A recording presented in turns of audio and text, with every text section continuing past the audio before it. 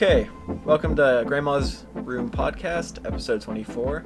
I almost forgot the name of the podcast for a second. I'm here with Ben Plowman. I'm Joffrey Wills. Today we're going to be talking about the Foo Fighters of WWII, and we're going to discuss whether or not Elvis's manager killed somebody. So, do you want to go first with your topic? It wasn't his fault! Do you want to go first on your topic? Yeah, sure. So, Colonel Tom Parker, which was his name, was Elvis Presley's manager from the mid-50s until his death, Elvis's death in 1977. And he also managed Marty Robbins in the early 50s before he met Elvis. And some people have a problem with the Colonel, and it's kind of justified. Even though he is a large reason, yeah. Was he actually a colonel? No. Okay, he just called him that? Yeah. Or is it, that isn't... Okay, Yeah, don't ask me how he got the name. Okay, But, sorry. You're fine. Even though he's a large reason of why Elvis is so popular, and he was always part of the public, his contract with Elvis from the beginning said that he got half of everything Elvis made. He signed Elvis for a movie contract that he didn't want to do, and, 9 years, Elvis made 27 movies. Damn. Yeah. That he didn't want to do? A lot of them, yeah. Like the first maybe 4 or 5, I think he wanted to do, but after that, it was just so fucking old. And I don't blame him. I mean, and they're all bad movies too. If you watch like Elvis movies after like 1963, they're fucking garbage. Like I love Elvis, but fuck, dude. Why would he do the movies if he didn't want to? Just because of the money, or? No, he had to. His contract. No, like why does manager have like so much power over him? Did he have dirt on Elvis? No, I don't think so. But and during Elvis's shows in Las Vegas, like in the 70s, he gambled like a fuck ton of money, and he left it to Elvis to pay the bill because he lost all the money. Like, yeah. So this guy's just like a giant piece of garbage. Yeah, but despite all the bad things that he did a lot of good things for Elvis, which I know I said the movie thing, that was a bad thing, but he still got plenty of movie roles, like the ones in the beginning that he did want to do. Mm-hmm. He helped him get a contract with RCA Studios and was considered a genius marketer. However, even though the public knew like who the Colonel was, no one really knew about his past until after he died, which was I think 1999.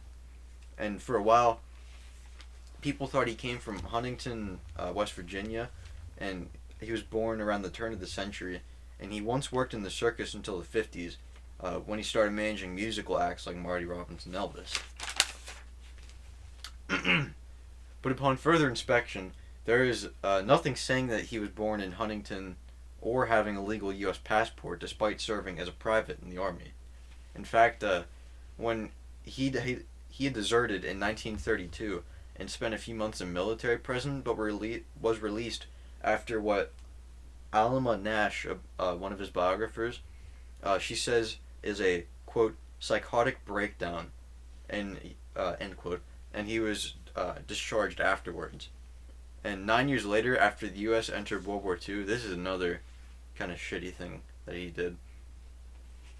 He began to eat as much as he could so that he'd be unfit for service, ultimately weighing over 300 pounds. Oh my god. Yeah. And I found a picture of him when he was in the Army the first time. He used to be a skinny guy. Like, nimble. But no one knew any of this stuff, even until the 80s, which explains why Elvis never left the continent to perform despite having fans all over the globe. The Colonel wouldn't be able to get back to the country because he didn't have a passport. Oh. Was he not able to get one? Well, I'll get into that in a minute. Oh, okay. But Elvis only left to do 3 shows in Canada ever. I think that was like the early 50s, so it wasn't when he was like super, super big like in the 70s. And obviously the Colonel didn't go because he's not going to get back. But the biggest part of the story is what you said. Where is he from if he's not a citizen? And the first person to figure out where he was from was in a Dutch town called Eindhoven, when his sister Dockers van Kuujik saw him with Elvis in a magazine while she's reading in the salon. And the colonel was really born in a town called Breda, which is in the Netherlands. And his real name is Dries van Kuijik. Kuijk. Fuck. After he moved to America, he got a job in Huntington, West Virginia, so he really was there. And he got the name Colonel Parker, or Tom Parker, from the guy who signed him up for the army. Or like the officer, like, you did it. Like, the recruiter. That's what they're called. Wait, so the guy gave him the name Colonel Tom? No. I think he just stole the colonel part. But Tom Parker was the name of the guy, like the recruiter. Oh. And I guess after he left, he probably gave him... So the recruiter didn't care that he wasn't actually from... Like, he didn't... He just gave him a fake name and sent him I don't know away? if he knew about it. But you said the recruiter gave him the name Tom. No. The fake Tom Parker stole the name of the officer that helped him sign up or whatever. Oh, so he took that guy's name? Yeah. Oh, okay. Yeah. Sorry, that was probably my fault. But after his family realized like who he was, they sent one of his brothers to America after they saw him with Elvis, and he paid him off to not tell anyone back home about how great his life was, because when he came home he barely talked about his brother, and the paid off part, that's kind of speculated, but a lot of people think that he thought they were coming after his money, which his family. Yeah, I kind of thought that was pretty sleazy too. Not gonna share the money you made with your family, like millions of dollars. Wait, so why did he not want his family to know how great his life was? Just because he didn't want them to take his money? Yeah. Which I'm gonna show you, or I'm gonna Google what Elvis made. Wait. His first what? Okay, but so they think that the whole reason he kept his whole life secret was so that he didn't have to give his family money? Well, that's part of it. Oh, there's more to it. Yeah. Just give me 1 sec. Okay. I'm gonna Google what Elvis made for 3 shows on the Ed Sullivan Show, which is he like sang a couple songs on each episode. So did he have like a flawless like English accent that he just sounded American? Like, nobody knew he was from Netherlands. I mean, listening to him, I think he sounds like a regular Southerner. Oh, like you saw like interviews and stuff with him. Mm-hmm. So he like took on a fake accent his whole life. Probably, yeah. It's honestly kind of impressive. I know. Alright. Elvis's manager, this is from Graceland's website. Elvis's manager, Colonel Tom Parker, negotiated hard, and the king of rock and roll was to be paid $50,000 for all 3 performances, an unprecedented amount at the time. Which, $50,000, that's in 1956, 1957. So how much is that today? Here, I'm going to Google it. Money value, 1957. That's probably around like 150 today. 150, 200,000, maybe. Because I was researching earlier about the 30s, and it's like way more. Like 6,000 then was like in the 30s now. I'm sorry if this is a little boring, being a little quiet. Well, I'm trying to keep not dead air, Yeah, but I like, can tell. that's that is insane to me. That his whole life, like, Yeah. I would figure, like, why wouldn't he just give his family some of the money and like let them enjoy that he did that? Like, did he come over illegally? Yes. Oh. Okay, so 50,000, or did I say 55? I did say $55,000. I thought you said 50. 50? Okay. $50,000 is $468,000. So way more than I thought. Yeah. And he gets half that. Oh my god. For 3 performances on a TV show. Why would Elvis sign a contract that gave his manager half of his money? I couldn't tell you. Just bad business? I guess. But he needed a manager at the time. Like, it's a long story. But short end of the stick is he needed a manager. So he gave half his money. For how long was that contract? Forever? Until he died, yeah. Oh my like god. almost 30 years. Actually, well, no. About 25 years. What year did Elvis die? 77. Okay. And he signed that in like 55. Or no, that's 22 years. Still. Yeah. Half his money for 22 years. Mm-hmm. He could have had 2 planes. Yeah. In the 80s, a journalist from Breda, whatever the town he was from, heard a rumor that the colonel was from Breda or Brenda, not Brenda, Breda or Breda! God damn, I can't read today. Just the Netherlands. Yeah, in the Netherlands, yeah. After some digging around, he found that the colonel left in 1929 in a very big rush, leaving behind all his belongings, like ID, money, and like he was known for having expensive clothes, and he left all that behind. And soon after he wrote an article about the young colonel's disappearance, he got a letter from an anonymous writer, which reads, quote, this is kind of long too, so I apologize. But it says, at last I want to say what was told me 19 years ago about this Colonel Parker. My mother-in-law said to me, if anything comes to light about this Parker, tell them that his name is Van Kujic, and that he murdered the wife of a greengrocer on the Brockstraat. This murder has never been solved, but look it up and you will discover that he, on the very night, left for America and adopted a different name, and that's why he does not want to be known. So he killed a lady and fled to America. Supposedly. I mean, it'd be a good reason to flee. Yeah, it'd be a damn good reason. Do you know how he got into the music business?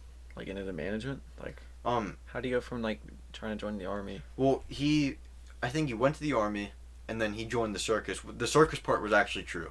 He worked on the circus, so he knew a little bit of, like, how to work the acts. And then the thing I read, it said that he kind of got his act together in the early 50s. Like no more killing people. That kind of act. Yeah. Wait, when you said he killed a lady on the what? Yeah, I have no clue like what a that boat means. or something? Or is it like...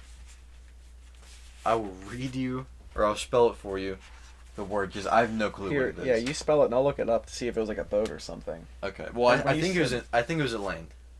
I know it was at land. Because you said on the something. Yeah, I don't know. It just confused me. Okay. Are you ready? B-O-C-H. V? B as in Ben. B-O-C-H. S-T-R.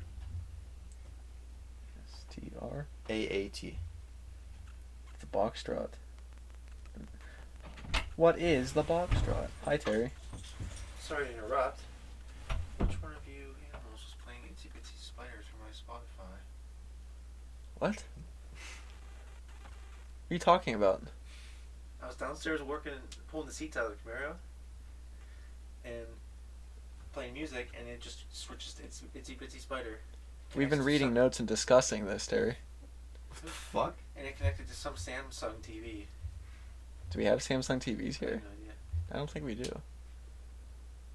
Does somebody else have your account? Maybe. Cause yeah, we haven't been on Spotify. We've been talking about Elvis as manager. If someone else was on your account, it wouldn't let you play music. I know that from hard experience. It stopped playing music.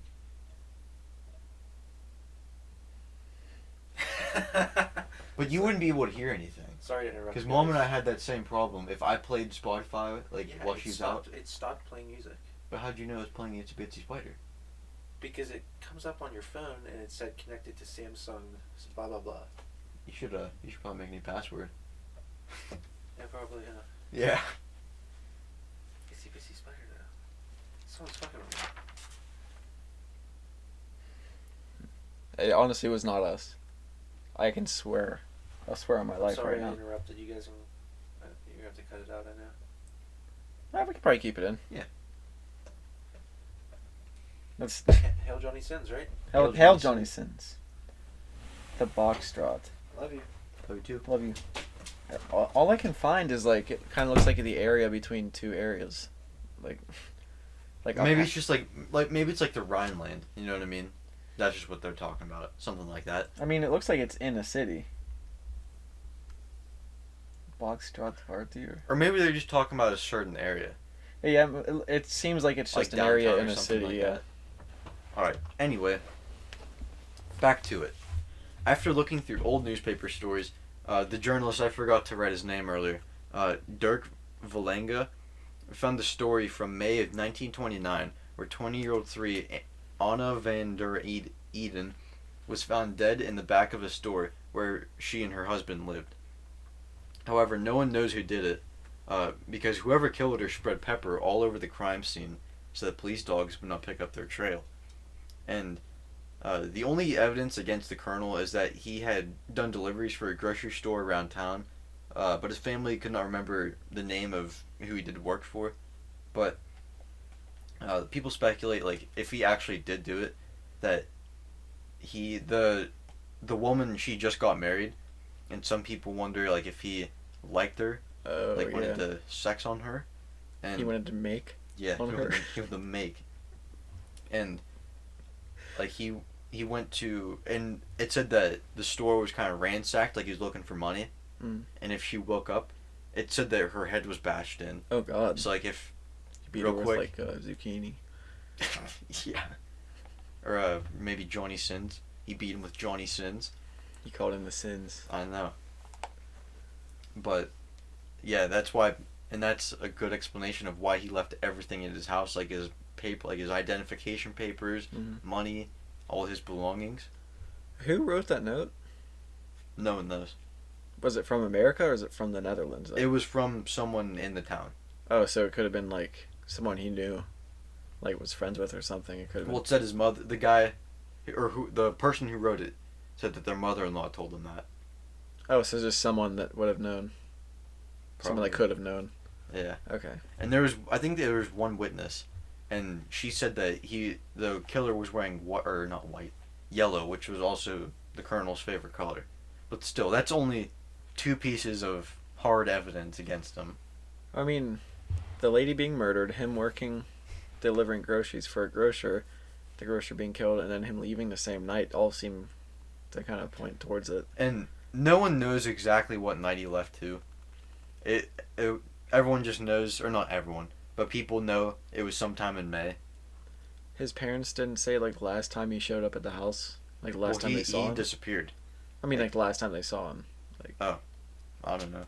But if your kid was a murderer, do you think you would tell the police when you saw them last? I probably wouldn't. I probably would. My kid fucking killed somebody? I'd probably disown them if they killed somebody. Nah. Some people who knew the Colonel, like Todd Slaughter, that's kind of a odd name for this topic. Yeah, Slaughter. Wait, as in fly swatter? Slot. Okay, it's that's like what I thought at Slaughter first. the Innocent. Okay. Oh. He said that he would never do something like that, but people like Lamar Fike, who was part of Elvis's Memphis Mafia, and before you ask, no, it's not like gangster, it's just the name of his entourage, like all his friends. He recalls violent arguments and fights that the two had with one another, and I've heard that the Colonel was a dick. Like, Elvis made a Christmas album in 1957, and it was on a documentary from HBO about Elvis, and it talks about how the Colonel forced him to do that too, and like the whole time that the Colonel was talking about bringing it up, or he was bringing it up to like the studio, he was just looking at the ground the whole time. Elvis was, yeah, and he was just like, yes sir, no sir, and after the Colonel left, after they were done, he's like, why the fuck would you go along with that? Fuck Colonel. So Elvis didn't even like him. At times, yeah, he fired him in the 70s for like a few days. For a few days? Yeah, and then hired him again. Why? You figured by then that there'd be tons of managers like flocking to be his manager. Why would he hire that guy back? I don't know. Unless he did have dirt on him. It all comes back to dirt. But in the end, no one really knows who did it. The guy who wrote the article said that he thinks he did it. I mean, it kind of sounds like he did. Yeah. I just wish it would have been like I wish there would have been something from the parents, like the last time we saw him was the day that lady was murdered. Yeah. I don't know. Strange things. Yeah. And should we take this time to do our first ad read of our podcasting careers? Yeah, sure. Okay. This is a very important sponsor. It's a big moment for us. So we'll be back right after the break. So I hold my shit. Alright? Good. Maybe you get a nice chocolate surprise when you're done. Urethral, the anti-inflammatory urethral stick. Just insert 3 times a day for 40 minutes to alleviate itching, soreness, redness, and pain. My guest here, Dr. Richard Throb, has something to say about urethral. If it wasn't for urethral, I'd still be throbbing to this day. 90% of my patients use urethral, and 90% of that 90% have reported an almost complete disappearance of itching, soreness, redness, and pain. Thank you, Dr. Throb. And remember, all you listeners, urethral for your itchy urethras. Okay, I'm gonna go poop. Sign off. I guess I'll start talking about the Foo Fighters now. Do they fight Foo? They pity the Foo. Get it? Ha. Yeah, I get it. Mr. T. Oh, maybe he's just shutting the door. Never mind. Oh, okay. This has nothing to do with Mr. T or the actual band Foo Fighters. I don't know if I talked to you at all about this topic. The Foo Fighters, starting in November 1944 during World War II, pilots flying over Western Europe at night started seeing these strange lights in the sky. Oh, you did talk to me about this. I did? A little bit, yeah. Okay. They were said to be glowing either red, white, or orange, like all within those color ranges, like just like fiery balls of light. And some pilots described them as looking kind of like Christmas lights. So I don't know if they meant like the way they looked shining, or if there's like chains of lights. Or maybe blinking. Yeah. Well, yeah, maybe blinking. But both pilots and the aircrew on board the planes said that when they would see the lights, they seemed to fly in formation with the planes and behaved as if they were under intelligent control. Like, these planes would be going, obviously, like really fast, and the lights would just like keep up with them, like there were other planes flying. And they never showed any hostile intent, but they couldn't be shot down, and the planes couldn't outmaneuver them. And I'll get to that in a little bit. Like, I'll have a story that explains like what that means. Okay. It kind of seemed like the Foo Fighters would toy with the pilots. Like, they would just mess with them, like buzz them, fly past them, and then whenever they wanted to just like disappear, they'd make these impossible turns. Like, they'd be going straight and then they'd just shoot in the other direction, like out of nowhere, and they would just disappear. And it said the name Foo Fighter came from Donald J. Myers, who was a radio operator in the 415th Night Fighter Squadron. So he was on board one of the planes, like, operating the radios. And he loved to read the Smokey Stover comic, where the main character's catchphrase was, "Where there's Foo, there's fire." And apparently when Myers got back from a flight, he was mad that a fiery ball followed them through a bunch of high-speed maneuvers. Like, they were trying to outmaneuver this thing, and it just kept following them. And he apparently pulled a Smokey Stover comic strip out of his the back pocket of his flight suit, and slammed it onto the desk and yelled, "It was another one of those fucking Foo Fighters." And then he stormed out of the room. And all throughout Europe, like he wasn't the first one to see it, obviously. Yeah. All throughout Europe, pilots and airmen were seeing these, and other people in the war theater in Europe. Like, there was it wasn't just like the British or the Allied powers, like apparently all the armies, not armies, like air forces, saw these lights. And some people called them Kraut fireballs, and the military thought it could be some sort of secret German weapon. But they thought it could be some sort of secret German weapon. And after they looked into it further, they found out that German and Japanese pilots in the Japanese theater, the Pacific Theater. Yeah, over there they were also seeing them. And the Foo Fighters had then made it into the news in like civilian world. And in December 1944, the Supreme Headquarters Allied Expeditionary Force issued a press release that was put in the New York Times that called the lights a new German weapon. But like, they really had no proof that it was a German weapon, so I don't know why they released that. And on January 15th, 1945, Time magazine had a story called Foo Fighter that said balls of fire had been following U.S. pilots, and explained that the pilots had started calling them Foo Fighters. In the Pacific Theater, pilots were seeing the lights, but they described them a little differently. And they said the Foo Fighter would look like a huge burning sphere that hung in the sky, but it was once in a while told to follow the pilots. Like, so apparently in the Pacific Theater, it was just a giant ball of fire that was hanging in the sky. And no, it's not the sun. Some people thought it was the sun, and people were just like hallucinating. But they apparently said, like, no, we're not hallucinating, like, this is something different.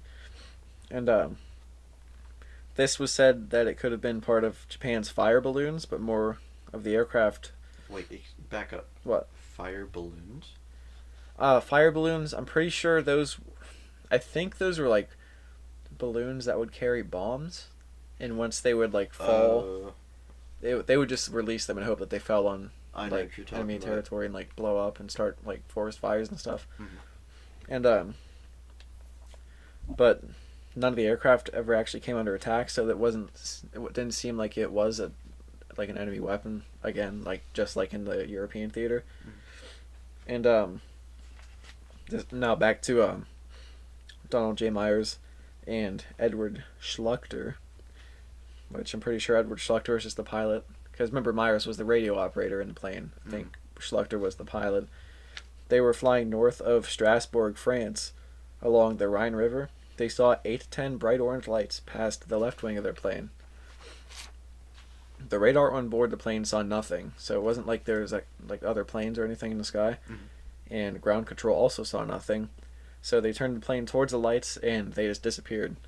And then they appeared again farther away, and they continued moving for several minutes and then just disappeared again. So like they saw the lights, they turned towards them to like I guess engage them or try to see what they were. They disappeared, and then next thing you know they're farther away, they just show up again. Dude, how weird would that be? That'd be like, I wish I could see something like that. would that be a hothead feeling? You're like, what is this? I feel like maybe not initially, but whenever it disappears and you see it further away, That's that's when, the hot-head yeah, feeling. you're like, oh no. Yeah. But For those of you who don't know what we're talking about, that hot-headed feeling, like say you break something, or you're a little kid and you break the window or the vase that mom just bought. sorry, we're having like audio problems. It was like whenever we were practicing soccer, you and me, at the brick house, Yeah. and I kicked the ball and I smashed the window in the basement, Mm-hmm. and Aunt Carolyn told us that mom was more mad than she really was. Yeah, like yeah, you're a little kid, you get in trouble, or like you do something in school, and then you get there like Like you're about to get a detention. they're like you go to the principal's office and you're like, oh no, and your head just gets hot, like, but yeah, I feel like seeing those lights would, Yeah. like when they disappear and show up again farther away, like way quicker than they should. Yeah. That's like, what is this? But let me go back to another story. On December 17th, 1944, almost Christmas, a pilot was flying near Breisach, Germany, when he saw the lights. He was at around 800 feet altitude, like above the ground, and he saw 5 to 6 red and green lights in a T shape at his 8 o'clock. So, like back over his left shoulder. Yeah. He saw a T shape of lights. Like T-pose? Yeah, probably. And these were about 200 feet above him, and just as soon as they showed up, they just disappeared. And that's all. He just saw a T shape, and then he just went out. The hell? And then on December 22nd, 1944, 2 crews saw the lights again. One crew near Haguenau, France, I think that's how you say Haguenau, saw 2 large orange lights that were following them and then rose to about 10,000 feet. The lights followed the plane for about 2 minutes before they turned away and kept flying for a few minutes in a different direction, and then they disappeared again. And there's a quote from one of the pilots that says they appear to be under perfect control at all times.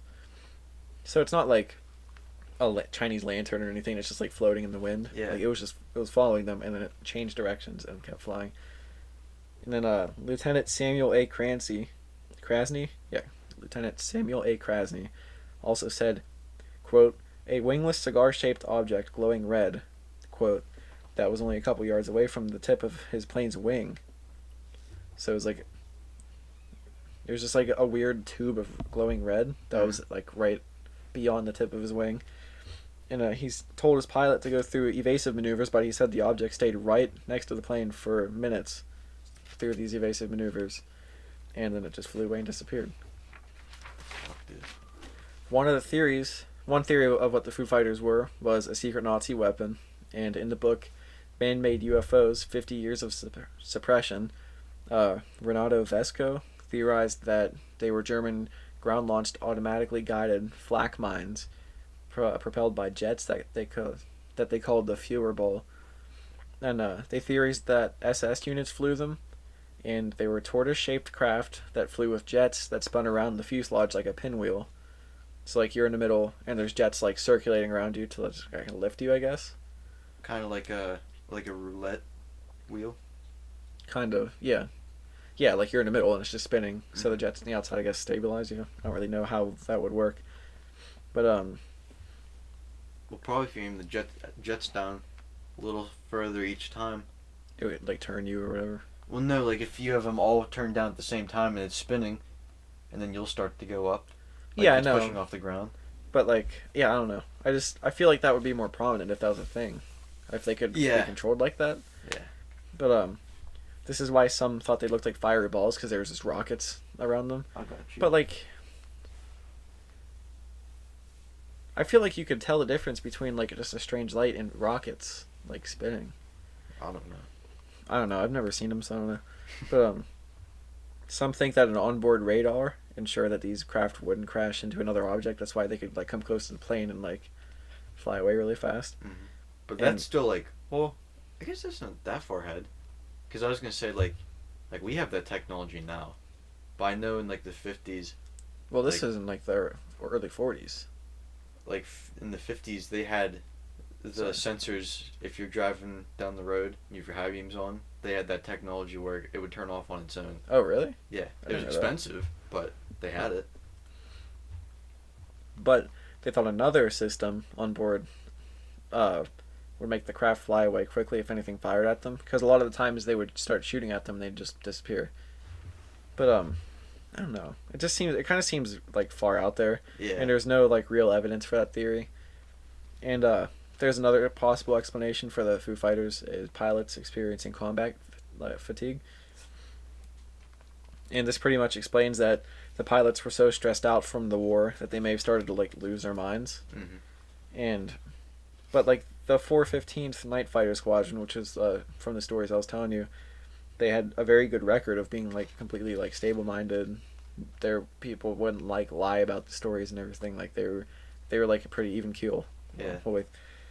And, American Legion magazine said that the squadron was full of very normal airmen whose primary interest was combat, and after that came pin-up girls, poker, donuts, and the derivatives of the grape, which means wine.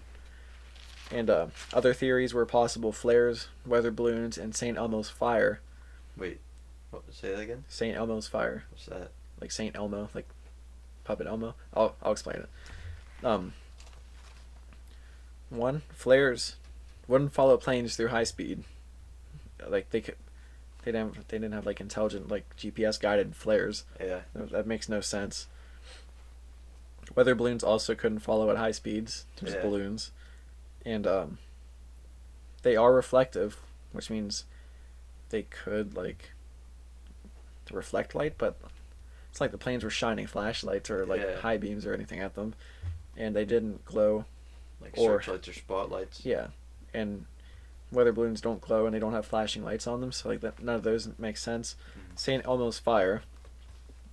It's a phenomenon where light appears on the tips of objects in stormy weather. Which I guess that could explain. The wing. Yeah, just staying right outside the wing. But it happens when something like a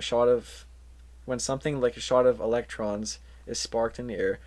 When there is a large imbalance in electric charge, it causes molecules to rip apart and causes a slight hissing noise and a glowing light. But if this happens on the tips of objects, I don't know what would cause the T-shape of lights that followed the pilot, like off his left shoulder. Mm-hmm. Because it's not like it was on his plane; it was like far back behind him. Yeah. And you said it was like 200 feet above him. Yeah. Wasn't it? Yeah, so that wouldn't make sense unless there's another plane up there that he didn't see. But if you're flying, You probably know what's there. you would know if there's a friendly airplane, and if it wasn't friendly, it'd be shooting at you. Yeah. It doesn't really make sense. And yeah, they wouldn't. Why wouldn't they know if other planes were around them? And if they're enemy planes, like I said, why wouldn't they shoot at them instead of just following them and flying away?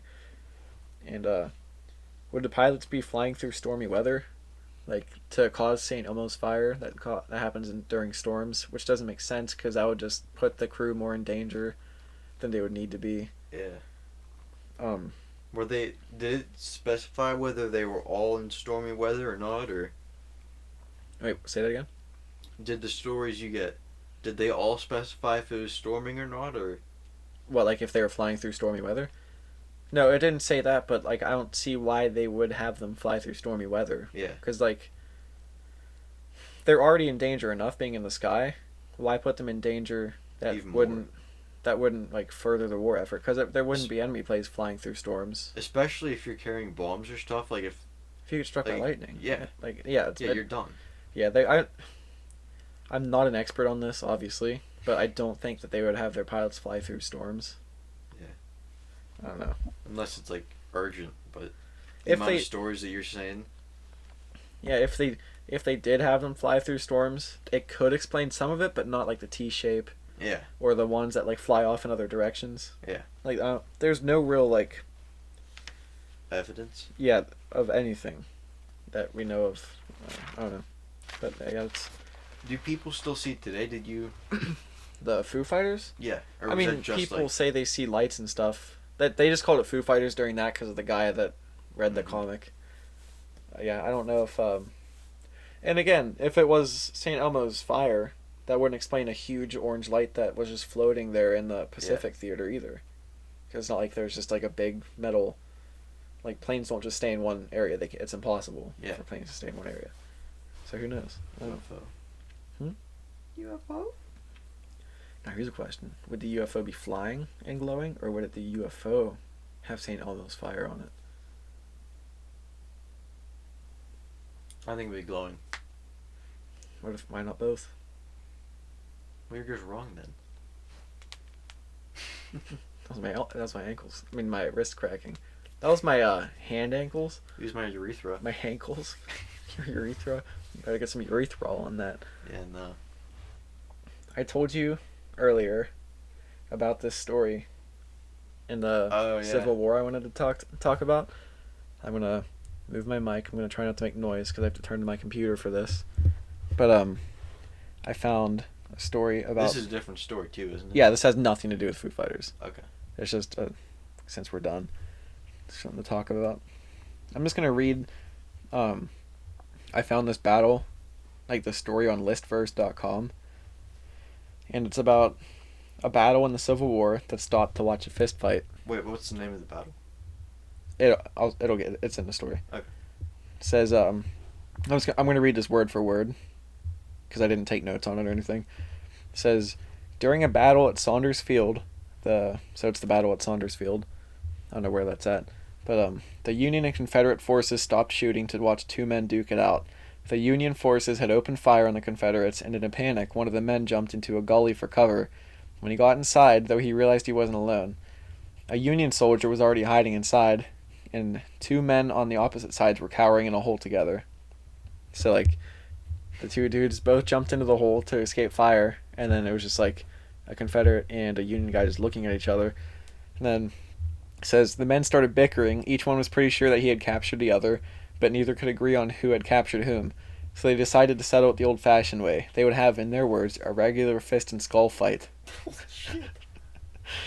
The sight of two soldiers climbing out of a gully and beating each other in the head was so baffling that both armies stopped shooting. For a moment, both sides just watched as the men beat the hell out of each other. The Confederate soldier knocked down the Union soldier. He gave in, and the two men, agreeing on the winner, went back into hiding. As soon as they did, the war started up once more. The two men hid in the gully together until the battle was over. Then, true to his word, the Union soldier presented himself as a prisoner. That's insane to me. Yeah. First off, I would figure both sides would go to that hole to help their buddy out. Ew. That sounded kind of disgusting. At least it doesn't sound wet. What sound wet? I said at least it doesn't sound wet. I think you said leaks and it sounds wet. Yeah, but like, can you imagine that? Like, you just come into contact with each other. There's just gunfire, maybe cannons. I don't know if they had cannons set up, but that's not the point.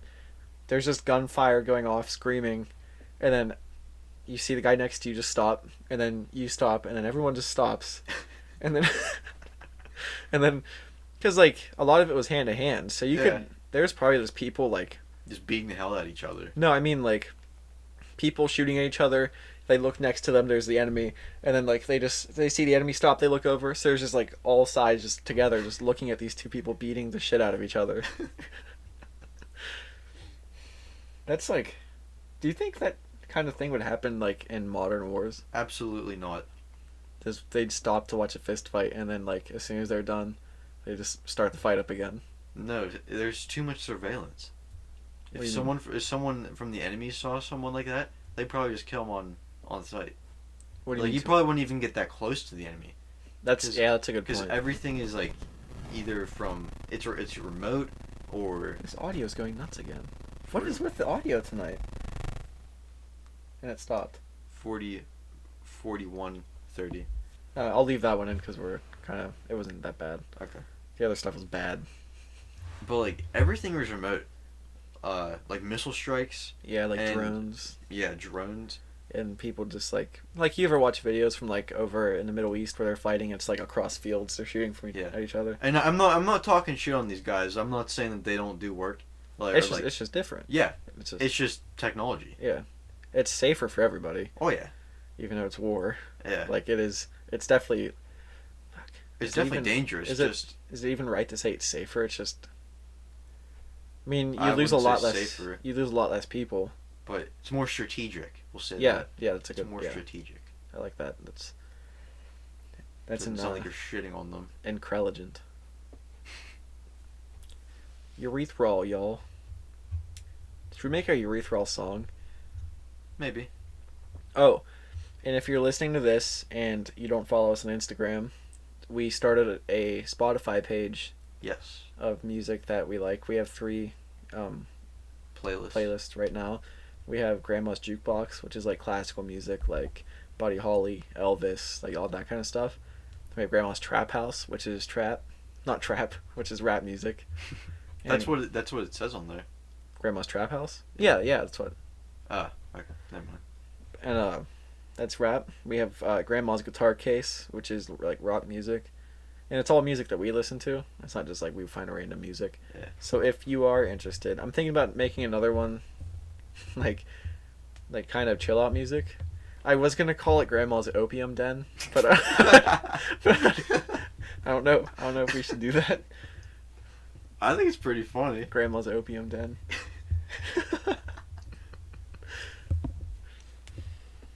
I don't know. We could. Fuck it, dude. But that, and then we're gonna start just doing ads until we actually get ads. If we get ads someday, like 4,000 hours. yeah. Well, that's just for YouTube ads. Like if Fair. you can get podcast ads like on iTunes and stuff, Yeah. but that's not gonna happen for a while because we don't have that many listeners now. Yeah. But Maybe someday. No, not it's maybe. it's someday. not our main objective for money. Like I enjoy doing the podcast. Mm-hmm. Like I honestly think now that I do research for the podcast, I'm probably learning more than I did in school because it's actually stuff that interests me. Yeah. Keep it, like you retain it. Yeah, like next week. Bless you. Thank you. Next week I'm doing. Well, right now I'm doing research for next week on Babyface Nelson. That dude is insane. His story is crazy. Just the bank robberies and stuff back then, the criminals and bootleggers, and how easy it was to break out of prison back then.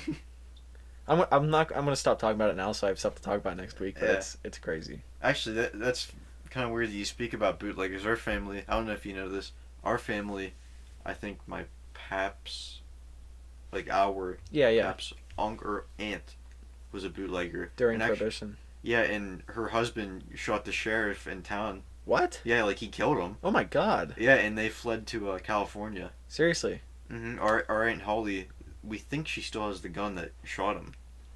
Damn. Yeah. Like how fucking crazy is It's that? not good. It's not good, but it's a badass story. Yeah. I mean, shooting a cop, not really badass. But shooting a sheriff? I think this audio is going nuts. What the hell? And every time I say that, it stops. But yeah, I don't know what it is about those crimes back in like the 30s, like 20s and 30s. Like, I don't glorify crime, but there is something about the stories that's like, god damn, Yeah. like it was badass, but at the same time it was bad. You know what I mean? Like, Well, It's like playing GTA or Red Dead Redemption. Like, I fucking love Red Dead Redemption. I think it's awesome. Mm-hmm. You know how cool it would have been to live back then and be able to do that shit and get away with it? Well, I was listening to Time Suck. Have you ever listened to that podcast? No. It's Dan Cummins. He does like history and stuff. Okay. And this audio again. What the hell is happening? Probably just cats. Probably just the cats. It's starting to make me a little angry. Starting to make me angry. But I was listening to a Time Suck episode about the Dillinger Gang. It was like a bank robbing gang back in the 30s. That comes up in my topic next week. Okay. But back in the 30s and stuff, like, which I might get into this more next week, like this aspect of it. But back during like the Great Depression, there wasn't many regulations on banks, so that like if you had your money in a bank, Mhm. and if you had your money in a bank and the bank lost it back then, there wasn't regulations so that you would keep your money. Like if the bank lost your money, you lost your everything. money. That's what happened during the Depression. Yeah, that's what I'm saying. Like back then, when there was bank robbers, they had so much public support because the banks fucked them over. Yeah. So they're like, who cares if they take the bank's money? Yeah. You know what I mean? Like, it was like a Robin Hood type thing Mm-hmm.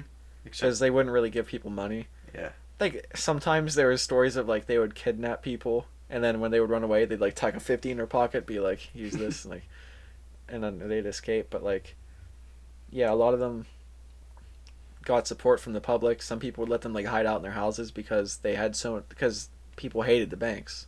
Well, that's kind of why people like Al Capone as much as they did.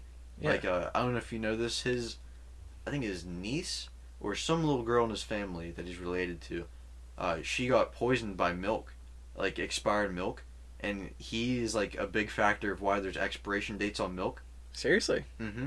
Because he like sued the city or whoever, or like the milk company. He had a lot of money.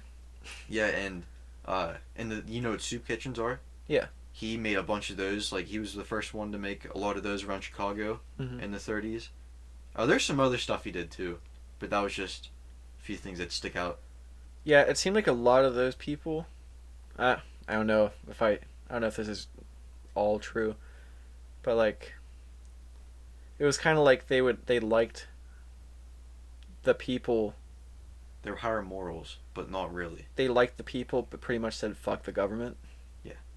That's a fair. Which I think that's why Americans like those criminals so much, because like our whole country's pretty much based on like, we don't like this government, fuck off, we're coming to this land and it's our own now. Yeah.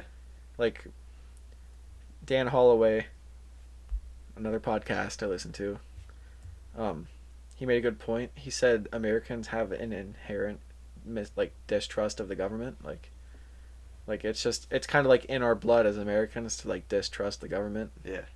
Especially today. I don't trust like any of the politicians. Yeah. That's beside the point though. Yeah, we're not a political podcast. Let's get off that bandwagon. But yeah, I think that's why people like those stories of like the bootleggers and the bank robbers and stuff so much. Mm. Cop killers, no. Yeah, that's too far. Family or not. Obviously, I have no. And we've no, like, I have no clue who even this lady's name is. Yeah, we have nothing like sentimental tied to this guy that shot the sheriff. It's just an interesting story. It's an interesting or story. like how it's just crazy that we are somehow related to that. Yeah. I like the bootlegging part because I don't like the government telling you what you can and can't do. Mm-hmm. That was And a bullshit law. I just like the people. I like the people who are like, we're gonna do this anyway. Yeah. But I don't like the aspect of them like killing cops and other people. Mm. Like, yeah, I think the stories about bootleggers, and I think those are cool. Mm-hmm. That's all I'm gonna say. But yeah, it's always like, I don't know. I like watching those like movies and reading those stories and stuff. Mm-hmm. That's how I like westerns, Mm-hmm. and not just Red Dead. Yeah, Like, I don't know. just the old movies and stuff. Mm-hmm. What got me on to that topic, like Babyface Nelson, was that Oh Brother, Where Art Thou? Yeah, That's a good movie. I watched part of it that night that we were all watching it, Mm-hmm. and I had to go to bed because I was so tired, and I ended up watching the rest of it. It was a really good movie. Yeah. If if anybody still listening hasn't watched it, it's about. I'm not gonna give like the whole story, but like just a quick overview. It's about like three people. 3 prisoners. Yeah, 3 prisoners who escaped from a chain gang in the 30s. Was it 20s or 30s? 30s. And it's based off of Homer's The Odyssey too. Yeah, so if you know the story, like they're the sirens that like lure them in, and like all those like obstacles they have to go through. Yeah. Happy ending, stuff like that. It's good. It has George Clooney. He's like the main character in it. Mm-hmm. He likes his Dapper Dan pomade. I don't want Fop. I want Dapper Dan. I'm a Dapper Dan man. And apparently Dapper Dan, I think he was a bank robber. Oh, for real? I think I heard that somewhere. Here, I'll I Google it. was gonna look it up. I forgot when I was reading. I think when I was reading about Nelson, I think I may have seen a Dapper Dan because I was like, that sounds familiar. And I'm pretty sure he was some big criminal. I found a Dapper Dan American fashion designer. That was the first thing I found. Here, I'll Google mobster. Or just criminal. I don't know. Yeah, I'll do criminal.